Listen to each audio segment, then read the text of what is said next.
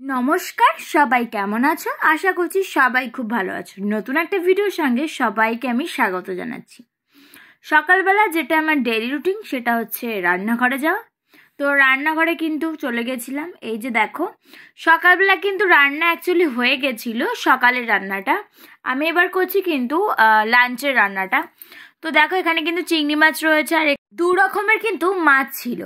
আর এই যে এখন আমি কিন্তু যেটা রান্না করছি সেটা কি বলতো, আমার কিন্তু খুবই প্রিয় লোটে মাছ।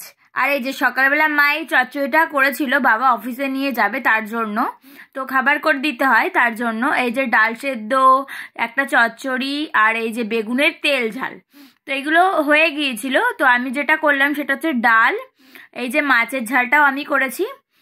আর এটা কিন্তু দেখো, এই যে পেঁয়াজ আবার ভাজা হচ্ছে। তো এখানে রান্না করব হচ্ছে লোটে মাছ। লোটে মাছটা আমি কড়াইতে দিয়ে দিয়েছি। আর ফোড়নে কে দিয়েছিলাম কাঁচা লঙ্কা, পেঁয়াজ, টমেটো আর গোটা জিরে। গোটা জিরেটা দিলে কিন্তু খেতে বেশ ভালোই লাগে। আর পেঁয়াজটা আমি বেশি দিইনি, অল্পই দিয়েছি, কারণ বেশি পেঁয়াজ দিলে আমার লোটে মাছ খেতে অতটাও ভালো লাগে না। পেঁয়াজটা দেবার একটাই কারণ যে আর কি আস্টেনি গন্ধটা থাকে, সেটা কিন্তু আর পেঁয়াজটা দিলে আর থাকে না। তো এই যে আমার কিন্তু লোটে মাছ কমপ্লিট হয়ে গেছে। আর এটা রেখে দিয়েছিলাম যে খাবার আগে ভাজার জন্য, এটা হবে বড়া। তো এটা কিন্তু একদম কুচো কুচো চিংড়ি মাছ। তো সেটাই দেখো, আমার বাসন মাজাও কিন্তু হয়ে গেছে। এবার আমি স্নানে যাব, তার আগে আমি যেটা মুখে ইউজ করি সেটা ইউজ করা হয়ে গেছে। তারপরে আমি কিন্তু স্নান করে চলে আসলাম। আর বেডটাও ভালো করে গুছিয়ে নিয়েছি। আর এখানে দেখো কথাকে কিন্তু খাওয়াচ্ছিলাম। তো তারপরে দেখো, কথাকে খাইয়েই কিন্তু আমি চলে গেছিলাম ঠাকুর ঘরে। আর এই যে কথার কাণ্ড দেখে মাঝে মাঝে এত অবাক হয়ে যাই, কি আর বলবো। ও ঠাকুরটাকে নিয়ে বারবার নম করছে, আর কিন্তু ঠাকুরের টিপ পড়াচ্ছে, ও টিপ পড়ছে, সবাইকে টিপ পড়াচ্ছে, আর ঠাকুরকেও টিপ পড়াচ্ছে, আর খেতেও দিয়েছে জানো। পরের দিন বৃহস্পতিবার, তাই কিন্তু মা সব ঠাকুরের বাসনগুলো মেজে রেখেছিল। তো সেটাই কিন্তু দেখো, ও কিন্তু থালাগুলো সাজিয়ে দিয়েছিল, যে ঠাকুরকে খেতে দেওয়া হয়নি তার জন্য। ভাবলো যে ঠাকুরকে খেতে দেয়নি, মানে এটুকু মানে ছোট্ট, এত ছোট, তাও ও বোঝে যে ঠাকুরকে কেন খেতে দেওয়া হয়নি। তো যাই হোক, তারপরে আমি একটা গোলাপ ফুল ট্রাই করছিলাম ক্লে দিয়ে, একটা খোপার কাটা বানাতাম।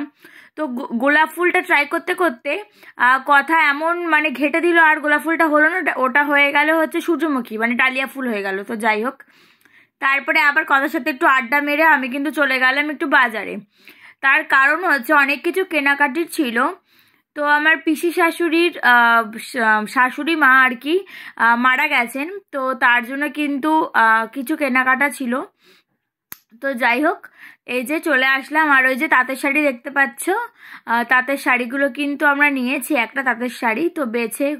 তাঁতের শাড়িটা খুবই সুন্দর, ওই যে যেগুলো রাখা ছিল সেগুলোই কিন্তু আমরা নিয়েছি। এই যে দেখতেই পাচ্ছ, শাড়িটা অপূর্ব সুন্দর। তারপরে কিন্তু মিলে কিন্তু চলে গেছিলাম চা খেতে। জানো তো, আমি কিন্তু একদমই চা খাই না। তো বরমাসে বললো এই দোকানের চা নাকি খুব সুন্দর খেতে হয়, খুবই ভালো। আর সত্যি বলতে সত্যি খুবই সুন্দর চাটা ছিল। আর এই যে এত বড় কড়াইতে দুধ ফুটছিল জানো, সবাই এখান থেকে খায়। তো আমি ওকে বললাম যে এত বড় কড়াইতে কেন, বলছে প্রচুর সেল হয়।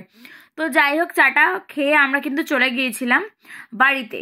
এই যে দেখো, আবার কিন্তু কথা দুষ্টু শুরু করে দিয়েছে। কথা এই যে খেলছিল কথার গাড়িটা নিয়ে, হাতি গাড়ি। যাই হোক, এটা ওর অন্নপ্রাশনের গিফট ছিল, যারা আমার ব্লগ দেখেছো আগে তারা জানো। তারপরে দেখো, এই যে আমি একটু রেডি হয়ে নিলাম। এই শাড়িটা পরে আমাকে কেমন লাগছে অবশ্যই বলবে। আর যাই হোক, যে খোপার কালারটা বানিয়েছিলাম সেটাই কিন্তু পরে নিলাম। তো ভাবলাম যে এইটা শাড়িটার সাথে হয়তো ম্যাচ করবে, আর কেমন লাগছে পরে সেটাও কিন্তু অবশ্যই বলো। তারপরে কিন্তু রুটি করে নিলাম, আর সাথে কিন্তু ডিম কষা। তো আজকের ভিডিওটা এইটুকু। কেমন লাগলো অবশ্যই জানিও। ভালো লাগলে কিন্তু লাইক কমেন্ট শেয়ার করতে একদমই ভুলবে না। ডিম কষা কাদের কাদের ভালো লাগে বলো তো? আমার কিন্তু খুবই প্রিয় আর খুবই ভালো লাগে। এই যে জিরে ফোড়ন দিয়ে দিলাম, 5 ফোড়ন দিয়ে দিলাম, তারপরে কিন্তু আর পেঁয়াজ আর কিন্তু টমেটো দিয়ে দিলাম। তো এই রেসিপিটা যদি তোমাদের ভালো লাগে অবশ্যই কিন্তু আমাকে বলবে। এই রেসিপিটা আমি শর্টে দিয়েছি, তো প্লিজ একটু চেক করে নিও। আর কে কোথা থেকে আমার এই ভিডিওটা দেখছো অবশ্যই কিন্তু আমাকে কমেন্টে জানিও। আর তোমাদের ওখানে কিরকম ঠান্ডা পড়েছে? এখানে কিন্তু অনেকটাই বেশি ঠান্ডা পড়েছে এবার। আজকের ভিডিওটা এই পর্যন্তই। আবার কিন্তু নেক্সট একটা ভিডিওতে ফিরছি। ততক্ষণের জন্য সবাই ভালো থেকো, টাটা।